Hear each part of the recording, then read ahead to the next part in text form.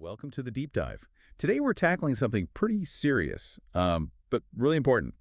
Traumatic brain injury, TBI, specifically when it comes from, well, violence between people. Yeah, TBI itself is a huge issue. Huge. And this violence link, whether it's, domestic stuff or fights in public, it's a big slice of the pie.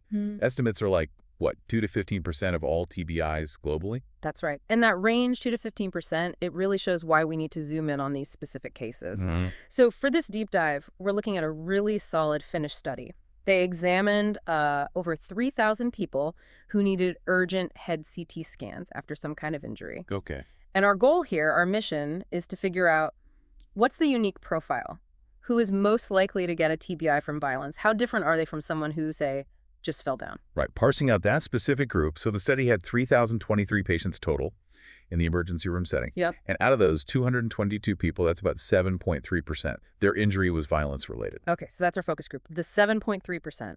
Exactly. We're comparing them to the other 2,801 patients, people injured in falls, car crashes, all that other stuff. Yeah. So what makes that 7.3% different? Let's start with the demographics because, wow, it jumps right out at you. Oh, it really does. Statistically, it's stunning. If you look at the non-violence group, mostly falls, accidents, like you said, the median age was almost 60, like 59.1 years. Okay, kind of what you might expect for general TBI causes. But then you look at the violence-related TBI group, the median age drops to 34.2 years. 34. That's decades younger. Decades. We're talking about people really in the prime of their life, not typically older folks. That completely changes the picture, doesn't it? And what about gender? Was that just as skewed? Just as stark. In the nonviolent group, it was roughly half and half, well, 54.7% male. Still a bit more men, but closer. Right. But in the violence group, it jumped way up. 78.4% were male. Okay, so the initial profile forming is much younger and overwhelmingly male. That's the starting point. And you really have to keep that age gap in mind when we look at their health before the injury. Ah, okay. Because they're younger, so maybe fewer chronic health issues. Exactly. It makes sense, right? They were much less likely to have things like circulatory system disease.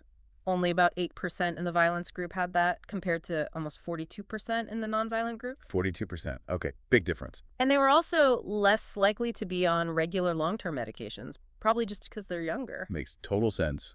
Age is a big factor there. But what about health issues that aren't necessarily tied to just getting older? Did the pattern shift then? Oh, it flipped dramatically. The violence-related TBI patients, they had documented mental and behavioral disorders in their history much more often. We're talking 43.7% versus 24.4%. Oh, nearly double. And chronic alcohol abuse, again, almost double, 34.2% in the violence group compared to 17.2% in the others. Okay, and I think I saw something even more stark about other substance use. Yeah, that was maybe the most alarming bit. Regular use of substances other than alcohol. It was reported by 18.5% of the violence group. 18.5. Okay, and the comparison group? Just 2.4%. Goodness. So the picture is less about physical frailty and much more about, well, high-risk lifestyle factors, mental health challenges. Exactly. That seems to be the pre-injury profile.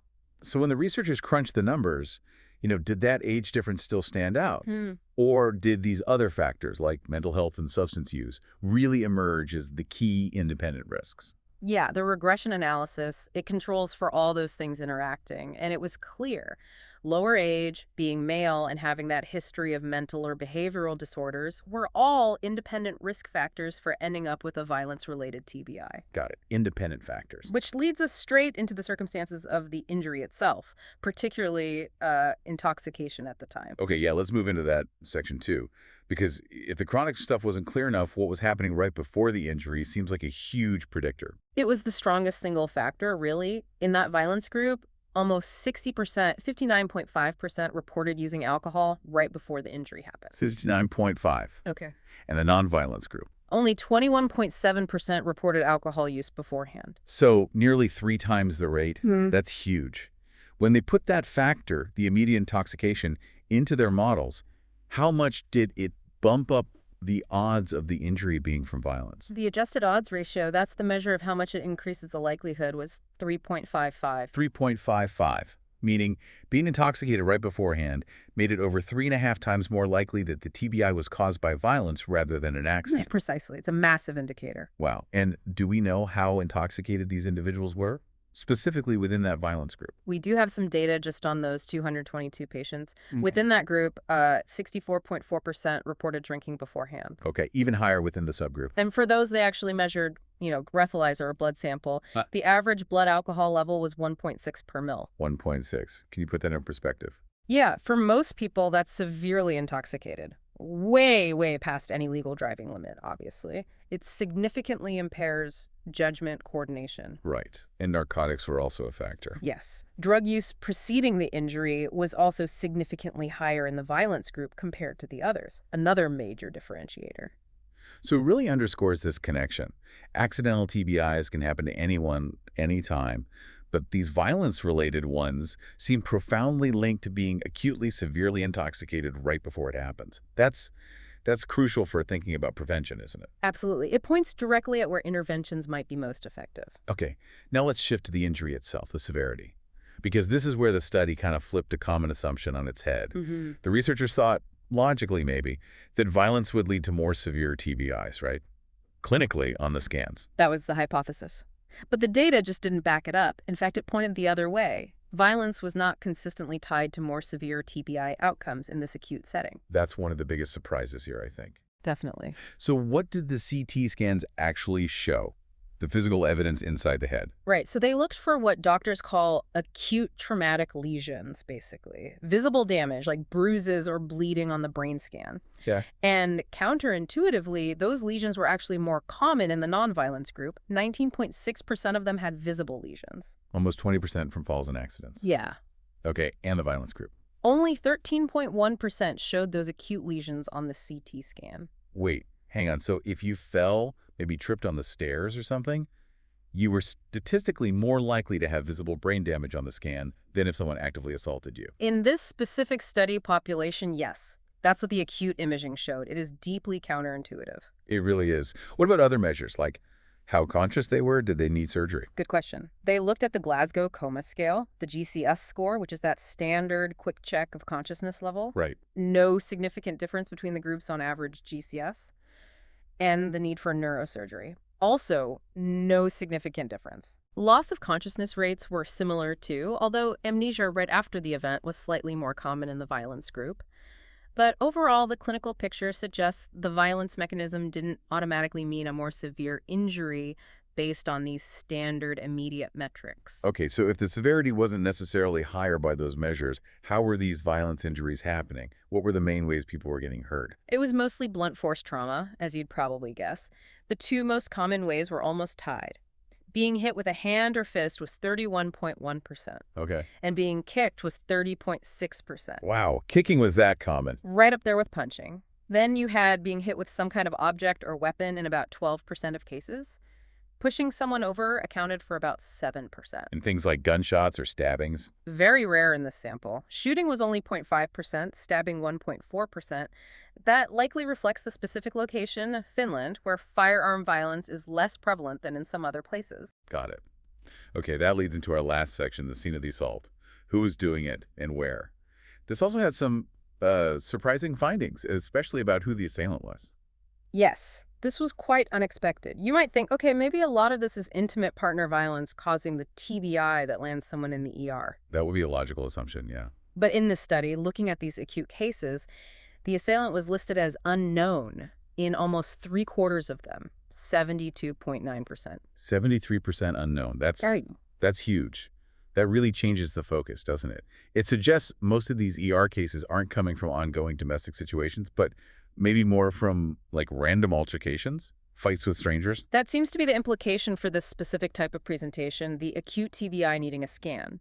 A partner was identified as the attacker in only about 10% of cases. Only 10%. Friends or acquaintances were even lower, around 3.6%. So yeah, it points much more towards violence happening in public or social contexts, rather than primarily at home, at least for the injury serious enough to trigger this level of medical response. Okay.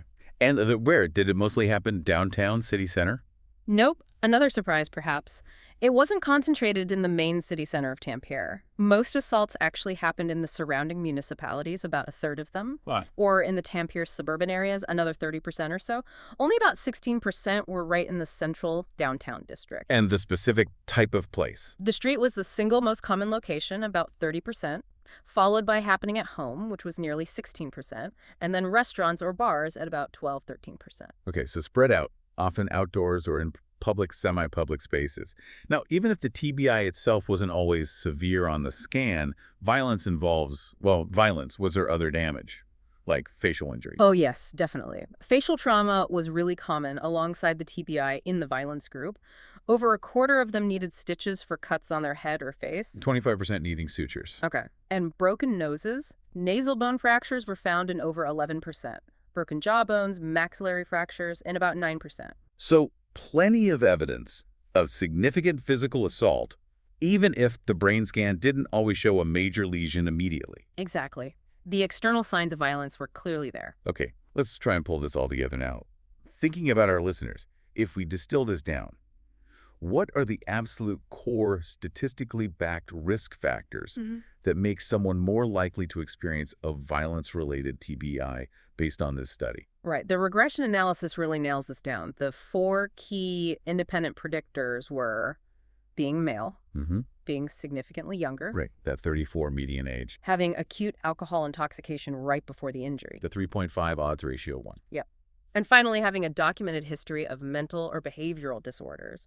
Those 4 things together create a very distinct profile. It really shows this isn't just a random subset of TBI. It's a specific public health challenge with its own characteristics. Absolutely. So what does this data tell us about prevention? Where should efforts be focused? Well, it gives a pretty clear roadmap, doesn't it? It strongly supports focusing violence prevention efforts on reducing that acute heavy alcohol consumption, particularly in those social and public settings where these incidents seem to be happening. Okay, tackling the immediate trigger. And crucially, it also highlights the need for better, maybe earlier interventions for the underlying issues, the mental health problems, the substance abuse history, especially targeting younger men before it escalates to violence. Proactive mental health and substance use support. Exactly, addressing those pre-injury vulnerabilities. Okay, so that brings us back to that severity paradox. The really counterintuitive finding that in this study, things like simple falls were actually more likely to show up as damage on an immediate CT scan